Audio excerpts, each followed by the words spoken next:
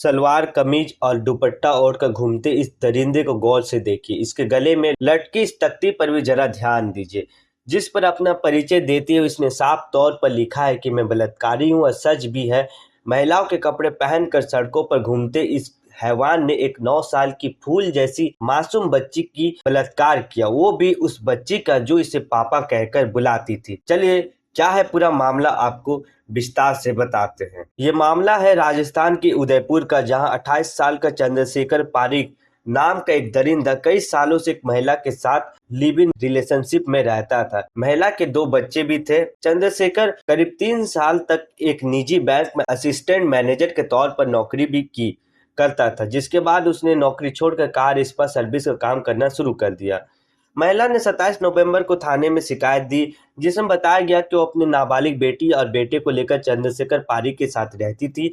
आर्थिक स्थिति बहुत ही अच्छा नहीं था, जिसके कारण कुछ दिनों के लिए गुजरात काम करने वो चली गई। बच्चों के पढ़ाई के कारण उनको आरोपी के पास ही छोड़ गई। माँ और पिता दोनों साथ में रहते थे, इस कारण बच्चे भी उन्हें पापा कहकर ही बुलाते थे। इसी दौरान चंद्रशेखर ने उसकी बेटी के साथ रेप करना शुरू कर दिया और एक बार नहीं, बार बार 9 साल की इस बच्ची के साथ दरिंदगी करता रहा। एक दिन परेशान और सहमी हुई बेटी ने फोन पर माँ को सब कुछ बता दिया। उसने बताया कि पिछले 1 महीने से चंद्रशेखर मेरे साथ गंदी हरकत कर रहा है। बच्ची बहुत ज्यादा डरी हुई थी और फोन पर बुरी तरह रो रही थी। बेटी ने बताया कि आरोपी उसे डरा धमका कर उसे अलग कमरे में ले जाकर उसके साथ रेप करता रहा। उसको धमकी देता था कि अगर माँ को बताया तो तीनों को जान से मार देगा। पिछले 1 महीने से पापा मेरे साथ गंदी हरकत कर रहे हैं।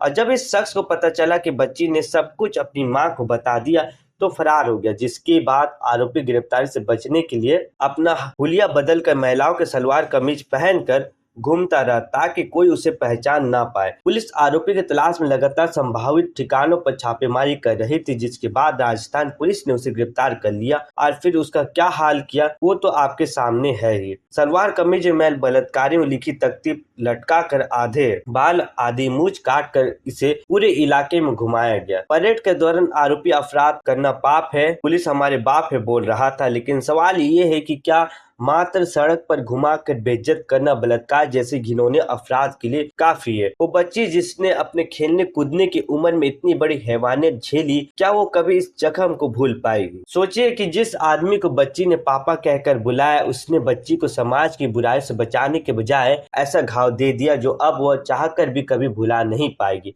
और जो बेइज्जती पुलिस ने इस हैवान की उससे इसे कोई फर्क भी नहीं पड़ेगा, क्योंकि जिसका ईमान बच्ची के साथ गंदी हरकत करते हुए नहीं कांपा वो इस मामूली से बेइज्जती से कहाँ होगा। लेकिन ट्रीटमेंट हर तरीके का होना चाहिए। पुलिस और राजस्थान सरकार को इस पर सख्त से सख्त कदम उठाने चाहिए। आप इस मामले पर क्या सोचते हैं नीचे कमेंट में जरूर बताएं। धन्यवाद।